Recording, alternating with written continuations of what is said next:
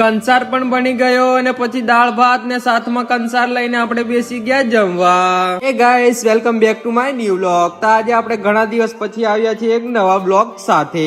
તો આપણે આવી ગયા છે આજે જાનલાવીધીમાં જમવાનું બનાવવા માટે. ત્યારબાદ આપણે બેસી ગયા લસણની કળી ફોલવા માટે, કેમ કે વગર ફોલીએ દાળમાં ફેંકી દઈએ તો પેશાબ કરવાનું બંધ થઈ જાય.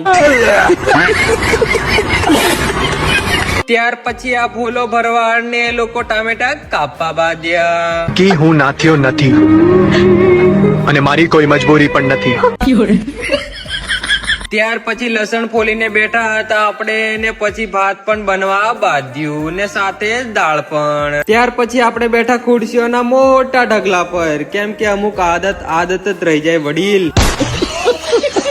અમે તો દાળ ભાત બનાવીને બેઠા હતા અને ત્યાર પછી આ લોકો પણ તેમનો કંસાર બનાવી દીધો. કંસાર બન્યા પછી આપણે લાગી ગયા લાઈનમાં, કેમ કે જમવાનું બની ગયું હતું. ત્યાર પછી ભાત, શીરો ને સાથે દાળ લઈને આપણે બેસી ગયા બધા સાથે જમવા માટે.